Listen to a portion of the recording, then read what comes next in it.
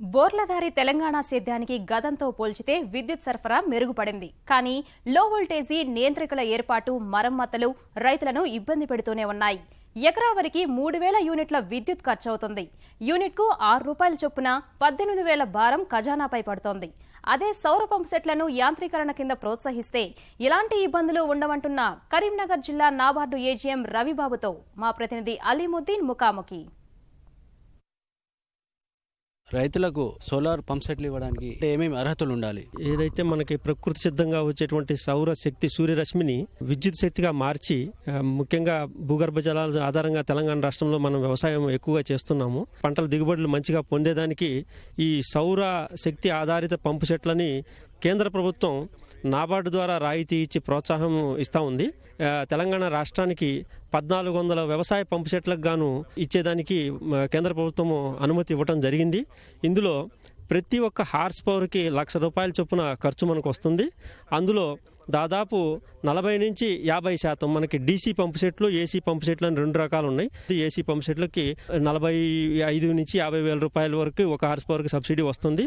ఒక 5 horse power పంపు సెట్కి ₹5,00,000 ఖర్చు వస్తే అందులో 2.1 నుంచి 2.5 లక్షల మధ్య సబ్సిడీ రైతు పొందేదానికి అవకాశం ఉంది. చిన్న సన్నకారు రైతుల నుంచి మధ్య తరహా రైతులు అందరూ కూడా ఈ పథకానికి ఎలిజిబులే ఉన్నారు. రైతు తన యొక్క పంటల అవసరాలను బట్టి దగ్గరలో ఉన్నటువంటి బ్యాంకు బ్రాంచ్ని సంప్రదించి ముందు లోన్ తీసుకోవాల్సి ఉంటుంది. ఉదాహరణకి 5 హార్స్ పవర్ పంప్ సెట్ కోసం ₹5,00,000 ఖర్చు వస్తూ ఉంటే 20% మార్జిన్ మనీ రైతు పెట్టుకోవాల్సి ఉంటుంది. అంటే ₹1,00,000 రైతు కట్టేటట్టుగా ఉండాలి. మిగతా 4 లక్షలు బ్యాంకు ద్వారా శాంక్షన్ చేయించుకొని ఈ సోలార్ ప్యానల్స్ పెట్టుకొని పంపు సెట్ కనెక్ట్ చేసుకున్న తర్వాత బ్యాంకు స్టాఫ్ వచ్చి దాన్ని ఇన్స్పెక్ట్ చేసి ఆ 4 లక్షలు కంపెనీకి పేమెంట్ ఇవ్వడం జరుగుతుంది. తర్వాత నాబార్డు నుంచి సబ్సిడీ తీసుకొని ఈ 2.1 నుంచి 2.5 లక్షల రూపాయలు ఆ సబ్సిడీ అడ్జస్ట్ చేసి మిగతా అమౌంట్ మీద మాత్రమే రైతుకి ఇన్స్టాల్మెంట్లు కట్టాల్సి ఉంటుంది. అలాగే వడ్డీ కూడా మిగతా అమౌంట్ మీద మాత్రమే పడుతుంది. ఇప్పుడు మన జిల్లాలో ఎక్కడైనా ప్రయోగాత్మకంగా అమలు చేస్తున్నారా? అంటే ఎక్కడెక్కడ ఇచ్చారు, ఎలా ఉన్నాయి అవి? కరీంనగర్ జిల్లా సహకార కేంద్ర బ్యాంకు ఆధ్వర్యంలో ఈ వ్యవసాయ సౌరశక్తి ఆధారిత పంపు సెట్లకి ఫైనాన్స్ చేయడం ఎక్కువగా జరిగింది. జిల్లాకి 140 పంపు సెట్లు ఇచ్చేదానికి అవకాశం ఉంటే ఇప్పటి వరకు మొత్తం జిల్లాలో, ఉమ్మడి కరీంనగర్ జిల్లాలో 7 పంపు సెట్లకి ఫైనాన్స్ చేయడం జరిగింది. ఈ కోఆపరేటివ్ బ్యాంకు ద్వారా సుల్తానాబాద్లో గట్టెపల్లి అనేటువంటి గ్రామంలోను, అట్లాగే గంగాధర మండలంలో, అట్లాగే బెజ్జంకి మండలంలో ఈ సోలార్ పంపు సెట్లు ప్రయోగాత్మకంగా చేయడం జరిగింది. రైతులు కూడా దీని ద్వారా బాగా లాభం పొందుతూ ఉన్నారు. ఎందుకంటే ఉచితంగా కరెంటును ఉత్పత్తి చేసుకుంటూ నిరంతరంగా ఎటువంటి సమస్య లేకుండా పంటలకు తడులు పెట్టుకుంటూ పంట దిగుబడులు మంచిగా సాధిస్తున్నట్లుగా తెలిసింది. ఒక ఎకరానికి దాదాపు 3,000 యూనిట్లు కరెంటు అవసరం పడతా ఉంది ఒక ఎకరం వరి పండించేదానికి.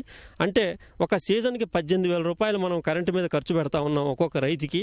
దాన్ని కానీ మనం ఇంకొక ₹1,00,000 మనం రాష్ట్ర ప్రభుత్వం నుంచి వ్యవసాయ యాంత్రీకరణ పథకం కింద దీనికి ఇవ్వగలిగితే దీర్ఘకాలిక ప్రయోజనం చేకూరే విధంగా రైతులకి సహాయం చేయడం జరుగుతుంది. సోలార్ ప్యానెళ్లకు వాతావరణ పరంగా ఏమైనా ఇబ్బందులు ఏర్పడ్డా గ్యారంటీ ఏమైనా ఉందా? సోలార్ ప్యానెల్స్కి ఎవరైతే కేంద్ర ప్రభుత్వం MNRE అప్రూవ్ చేసినటువంటి మ్యానుఫ్యాక్చరింగ్ కంపెనీలే సప్లై చేయాల్సి ఉంటుంది.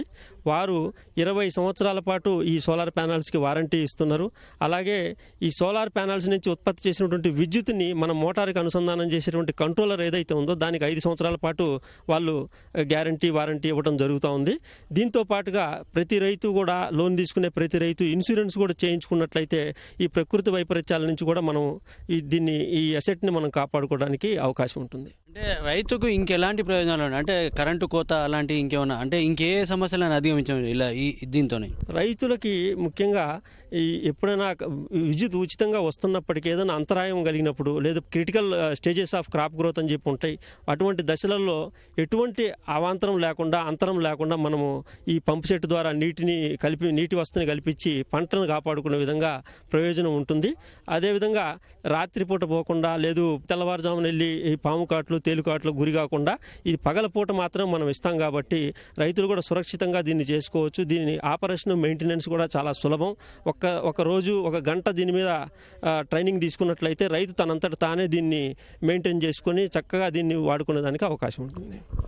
అదే కరెంటు సమస్యతో ఇబ్బంది పడే రైతులు తమ వద్దకు వస్తే సబ్సిడీపై సోలార్ పంప్ సెట్లు అందజేయడానికి సిద్ధంగా ఉన్నామని నాబార్డ్ ఏజీఎం రవిబాబు అంటున్నారు. కెమెరా తిరుపతితో అలీముద్దీన్, ఈటీవీ న్యూస్, కరీంనగర్.